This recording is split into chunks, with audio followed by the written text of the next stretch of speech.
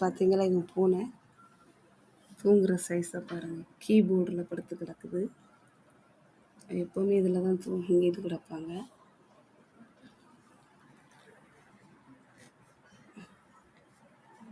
இந்த பூனை இதில் ஒன்று தூங்குதா, திரும்ப இப்படி தான் படுத்து கிடக்காங்க. இங்கே ஒரு பூனை படுத்து கிடக்கு. இந்த பூனைக்கு இதில் தான் தூங்கும். ஒரு பூனை இங்கே படுத்து இருக்கு.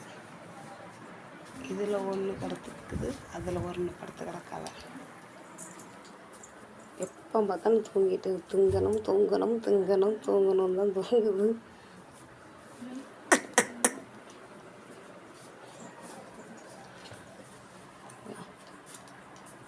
இந்த பூனை பக்கத்தில் கொண்டு விட்டுமே இந்த பூனை இன்னும் தூங்கிட்டு தான் இருக்குது பாருங்கள்.